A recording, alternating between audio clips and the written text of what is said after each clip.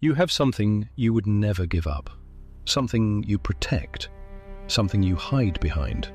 God knows what it is. So did King Saul. And on a dark night in Endor, he ran out of places to hide. Saul stands on the edge. The valley below breathes darkness, a windless hush, the kind that settles before bones break. He is king, and kings do not tremble, but his fingers twitch at his sides, knuckles white as chalk. Below, Jezreel, a wound in the earth. Moonlight spills across the plain like oil on water, slick and cold. Thousands, tens of thousands. Philistine tents stretch like a fever across the land, thick as locusts after drought. Chariot wheels catch the silver glow, sharp as scythes. Horses shift in their lines, breath steaming in low clouds. The clink of armor, a cough, a muttered prayer in a foreign tongue. Above, nothing. No whisper, no sign. Just the hollow dome of night, starless and shut. Saul lifts his face. Lips move, words form. But the air swallows them. No echo, no answer. Only the dry taste of dust on his tongue. He used to dream. Visions came like fire, angels in the smoke, voices in the thunder. Now the night is mute, the dreams have fled, or died. In his pouch, the Urim, the Thummim, smooth stones, once warm with presence. Now, cold, lifeless, like pebbles from a dead riverbed. He rolls them in his palm. They do not glow, they do not hum, they do not speak. Samuel, gone, buried in Ramah. No counsel, no rebuke, no hand to steady his shoulder, only memory. And memory is a knife. A bead of sweat traces his temple, not from heat, the night is cool, but his skin is damp. His breath comes shallow, like a man wading through deep water. He turns, slow, the ridge behind him, shadowed, broken. Scrub brush claws at the rock. A fox slips between boulders, silent.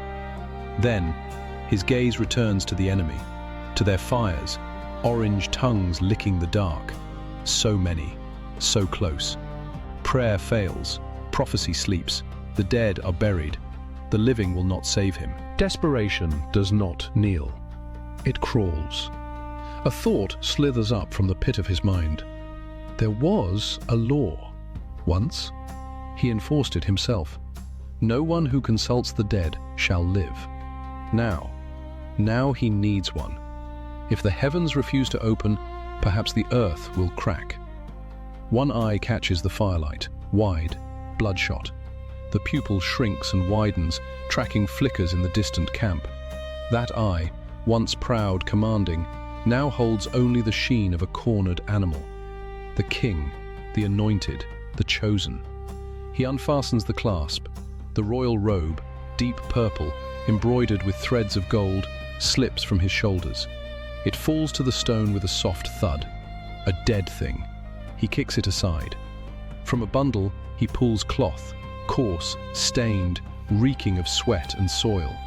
He wraps it around himself, tucks his arms in, slouches, makes himself small. The crown stays behind, left on a rock, gleaming dully in the moonlight, forgotten. He is no longer Saul, no longer son of Kish, no longer ruler of Israel. He is a beggar, a thief in the night, a man who trades dignity for a whisper. Step by step, he descends, not toward battle, not toward glory, toward a cave, toward a woman who speaks to shadows.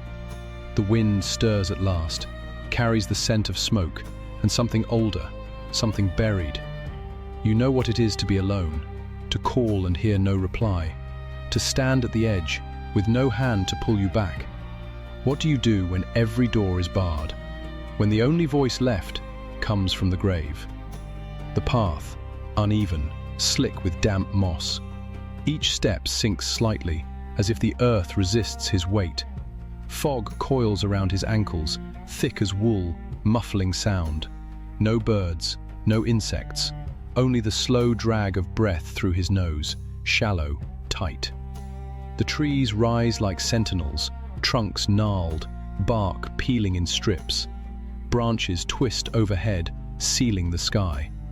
Light? None. Not moon, not star. Just a grey hush pressing down. He walks, not forward, not with purpose, with surrender. The law was clear. Do not turn to mediums. Words carved into stone, into bone. He had read them aloud once, voice ringing in the assembly, hands lifted, people trembling. He meant it then. Meant every syllable. Meant the fire that followed. The woman in Endor, she wasn't the first. Others before her. Faces he'd ordered erased, voices choked in the dust. He remembers the smoke, not sacrifice, purge.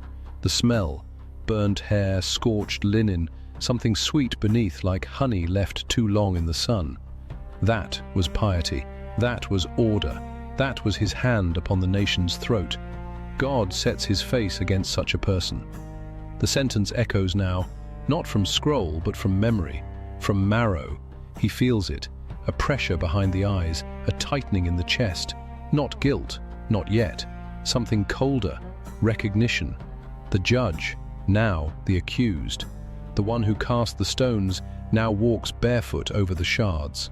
His robe is gone, the fine wool, the dye from Tyre, the threads that caught the sun, left behind like a skin shed. Now he wears rags, coarse, itchy. They cling to his arms, damp with mist. His fingers, once strong, once anointed, twitch at his sides. Not with prayer, with hunger. He seeks what he destroyed, a whisper, a breath from the other side. The irony is a blade turned inward. He outlawed the dead's voice. Now he crawls toward it, not to repent, not to weep, to know, to hear what the living refuse to say. Guidance without chains, a word without the weight of command. He wants the answer, not the giver. The fog thickens. It clings to his face, wet, cold, like fingers, like breath from a grave. He blinks. The path forks? No, just illusion. The mist plays tricks, or his mind does. He thinks of Molech, not by name, by image, the furnace, the outstretched hands, the wail that wasn't song. His people had trembled before such things.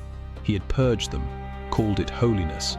But now he walks toward a different fire, one that doesn't burn the flesh, one that consumes the soul in silence. Deuteronomy warned, an abomination. The word thunders in his skull, not spoken, felt, like a stone in the gut. The Canaanites fell for this, for seeking shadows, for listening to lies. And now? Now their conqueror stumbles through the dark, chasing the same lies. He knew the cost. He enforced it, with sword, with fire, with exile. He had stood on the high place, hand raised, declaring, "No one who consults the dead shall live." And now he is that man, the condemned, the one marked. The fog parts, a break, a shape, a mound. Endor, a name spoken in whispers, a town in the hills, Philistine reach, enemy ground. He should fear capture, should fear the spear, the chain, the mockery. But he doesn't. The silence is worse, the not knowing, the void where God once spoke.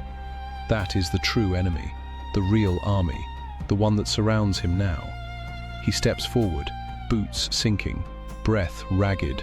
The air tastes of iron, of blood not yet spilled. The cave mouth looms, dark, round, like a mouth, like an ear. He stops, listens. Inside, nothing, no chant, no drum, no flame, just the drip of water, slow, rhythmic, like a pulse. He thinks of Samuel, not the prophet, the man, the voice that scolded, that guided, that buried him in truth, gone, in the earth, in the silence, and yet, perhaps not beyond reach. The law says no, but desperation has no law, it only has need. He takes another step. The rags cling, the fog wraps him like a shroud. He is not king here, not ruler, not anointed. He He is a man with a hole in his chest, and he has come to ask the dead to fill it. The stones in his pouch, Urim, Thummim, useless, cold, like the night, like his hands, like his heart. He does not pray, he does not kneel, he only moves, toward the mouth, toward the woman, toward the forbidden. The weight is not in his limbs, it is in the air, in the breath, in the space between one step and the next. The law bends, not breaks, not yet, but it groans, like a rope stretched too long, like a man walking into the dark, knowing the light will not follow.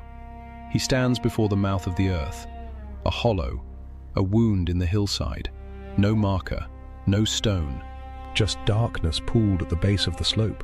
Torchlight flickers, uneven, trembling, casting shapes that twist like serpents up the rock face. The flame gutters, sputters, dances on the edge of dying. Smoke curls, thin and acrid, stinging the back of the throat. He does not speak, not yet. His breath comes low, a rasp in the hollow of his chest.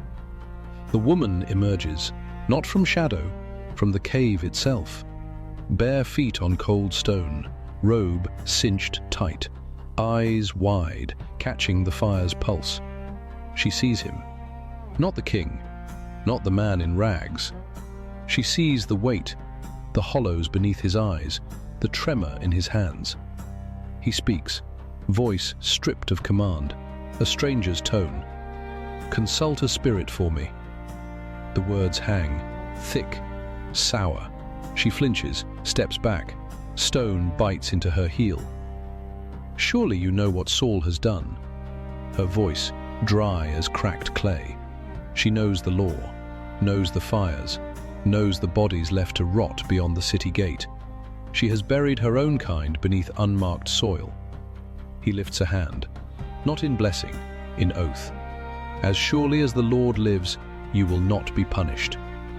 The name, spoken, in this place, in this moment, a blasphemy wrapped in truth. He invokes the God who forbids what he now demands. The irony is not lost, not on her, not on the air itself, which seems to still, to recoil. She studies him, sees the collapse beneath the skin, the man unraveling at the seams. "Whom shall I bring up?" she asks. Not defiance, not bargain, a question carved from dread. He answers, one word: Samuel. She turns, walks into the dark, torch in hand. The flame bends, leans away from the cave's breath, as if repelled. He follows, boots scraping, stone echoes, water drips, slow, measured, like time itself counting down. She kneels, draws a circle in the dust, chants, low, guttural, syllables that do not belong to any tongue he knows. The air thickens, not with smoke, with pressure, a weight on the chest, on the skull. The torchlight dims, then flares. Shadows leap, stretch, twist into impossible shapes. And then she screams. Not a cry of deception, not a performer's trick, a sound torn from the gut, raw, shattered. The torch falls, rolls. Flame licks the wall. She stumbles back, hands clawing at the stone, eyes wide, unblinking, fixed on the center of the circle. I see a god coming up out of the earth. Her voice, cracked, trembling. An ancient one, cloaked, bent, a staff in his hand, robes like burial cloth. He steps forward, heart hammering, not hope, terror. The figure rises, not from smoke, not from illusion, from the ground itself, solid, real. The air around him hums, a low vibration. Teeth ache, bones thrum. The old man, face lined with judgment, eyes deep as wells, robe heavy with dust. Not of this world, not of this time. Saul knows him, not from vision, from memory, from the voice that once thundered in the assembly, from the hand that anointed him in the dust of Gibeah. Samuel, not summoned, not conjured, present, whole. The voice comes, not from the woman, not from the cave, from the figure himself, deep, unyielding. "Why have you disturbed me? Why have you brought me up from my rest?" Saul falls, not slowly, not with dignity. He collapses, face strikes stone. Dust rises, his hands splay, trembling, voice broken. "I am in distress. The Philistines wage war against me. God no longer answers. No prophet speaks. No dream comes. I call to the heavens, silence, so I turn to you." He does not ask for victory, not for strength, only for a word. A single word to cut the dark. Samuel does not move, does not soften. "The Lord has turned from you," he says, "and you are his enemy now. He has torn the kingdom from your hand, given it to another, to your rival, to your ruin." A pause. The air grows colder. "Tomorrow," the voice continues, "you and your sons will be with me. The Lord delivers Israel into the hands of the Philistines." No warning, no reprieve, no plea accepted. The sentence is spoken, final, absolute. Saul does not weep, does not cry out. He crumples. Like a tent whose poles have been pulled, like a sack emptied of grain, he lies, prostrate, motionless. The weight of the words presses down, not metaphor, physical, a stone on his back. His breath comes in shallow gasps. The torchlight flickers over him, shadows crawl across his face. The woman watches, not with triumph, not with fear, with pity. She rises, steps to him, touches his shoulder, her hand calloused, warm. "My lord," she whispers, "eat, strengthen yourself. You are a man spent." He does not answer, does not move. She turns, moves to the back of the cave. A fatted calf kept hidden. For moments like this, for kings who crawl. She kills it, quick, clean, blood spills, dark, thick, soaks into the earth. Unleavened bread forms on a flat stone. Fire returns, a new flame, roasting meat. The smell rises, rich, earthy, warm. A meal for the living, prepared for the dead. She brings it, a wooden bowl. Steam curls. She kneels beside him. "Eat," she says again, before the night deepens. He lifts his head, slow, eyes hollow. He looks at the food, not with hunger, with recognition. This is not sustenance, it is ritual, the last meal of a condemned man. He takes the bread, breaks it, crumbs fall. He chews, swallows, the meat follows, tough, salty. He eats, not to live, to endure, to walk the final hours with strength enough to fall with dignity. The fire crackles, the cave breathes. Outside, silence. No wind, no creature. Only the distant glow of Philistine torches, like stars fallen to the plain. He finishes, wipes his mouth, says nothing. The woman sits, watches. The torch burns low, shadows stretch.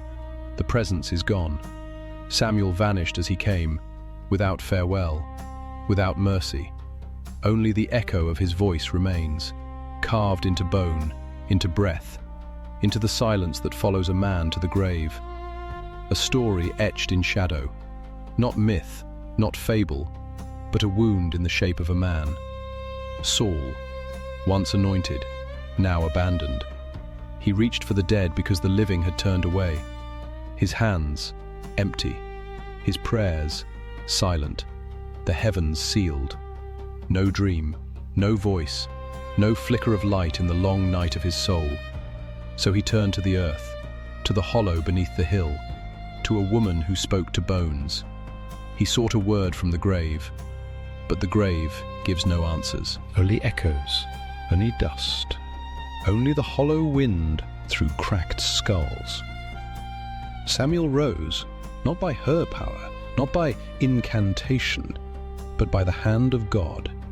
A sovereign act, a judicial thunderclap. The dead do not speak, except when heaven permits.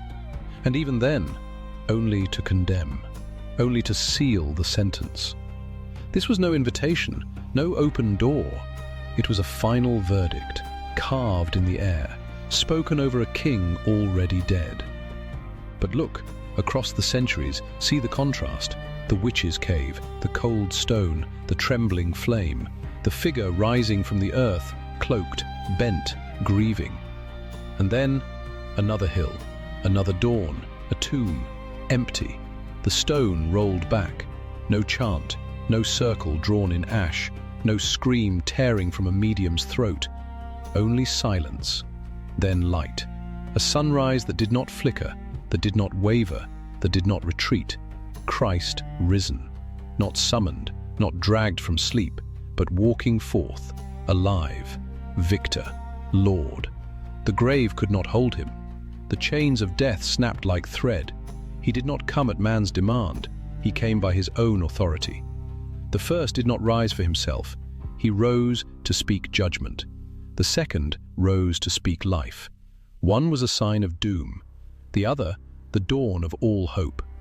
Saul sought a spirit to shape his fate. He wanted control, a word to twist the battle, a sign to bend the future. But Christ, he is the future. He speaks it, he walks it, he embodies it. No manipulation, no hidden rites, no midnight dealings, only grace, only truth, only resurrection. The meal in the cave, blood on the stone, meat roasted over fire fed to a man already dead, a feast of despair, a ritual of farewell. But the table he prepares, on a hillside, in an upper room, at dawn by the sea, bread broken, wine poured, not for the condemned, for the redeemed, not to sustain a man to his end, but to nourish a people into eternity. That meal before the cross was not dread, it was peace, not fear, it was love, not silence, it was promise. Saul tore his robe in rebellion. The fabric split, a sign, a prophecy, the kingdom torn from his house. And here, again, the robe, Samuel wrapped in burial cloth, not royal purple, not priestly linen, but the shroud of one who walks between worlds, a visual echo, a thread of judgment woven through time. But Christ, his robe, not torn, not stained with guilt, but white as light, dipped in victory, worn by the King whose reign will never end. And hear his own words, spoken to the rich man in torment. If they do not listen to Moses and the prophets, they will not be convinced, even if someone rises from the dead. Saul had the law, the scrolls, the prophets, the tabernacle, the sacrifices. He had everything except obedience. He had every word except the one that mattered. So he went to Endor and found only death. But we, what do we have? One who rose, not by compulsion, not in judgment, but in triumph.